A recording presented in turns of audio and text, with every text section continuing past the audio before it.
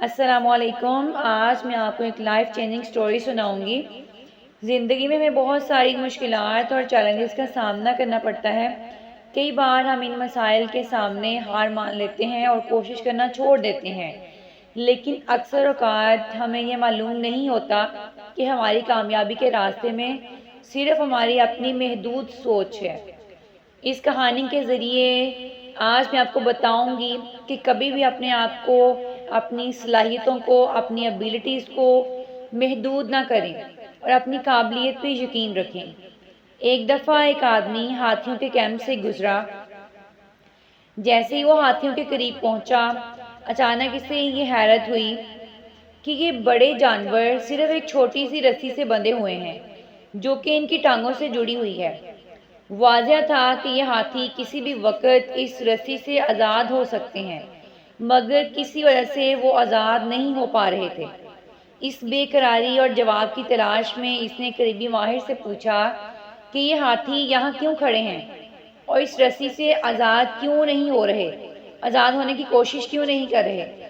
تو اس ماہر نے جواب دیا، جب یہ چھوٹے تھے اور بچے تھے، ہم انہیں اسی سائز کی رسی سے باندھتے تھے اور اس عمر میں یہ رسی کافی ہوتی ہے کہ انہیں قابو کر سکے، لیکن جیسے جیسے یہ بڑے ہوتے گئے یہ یقین کرنے لگے کہ یہ اس رسی سے آزاد نہیں ہو سکتے۔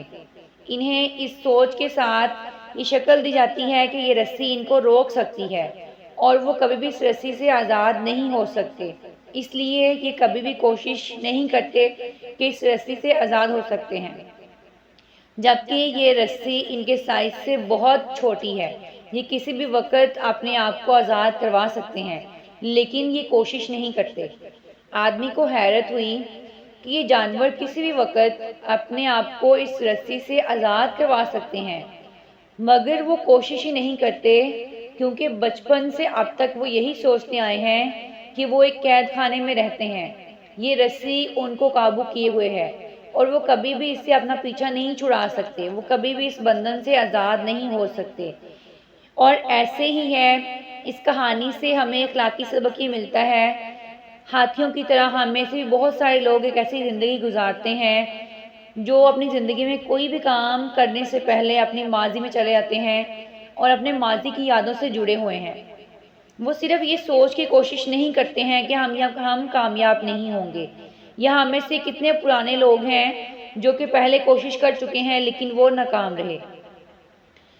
اور اسی طرح بہت سارے لوگ صرف اپنی ایک دقیانوسی اور پرانی سوچ کے تحت کوشش نہیں کرتے ہیں، اپنی زندگی کو اپڈیٹ نہیں کرتے ہیں، اپنے آپ کو ماضی کی جو چیلنجز ہیں یا جو مشکلات ہیں ان سے آزاد نہیں کروا پاتے ہیں۔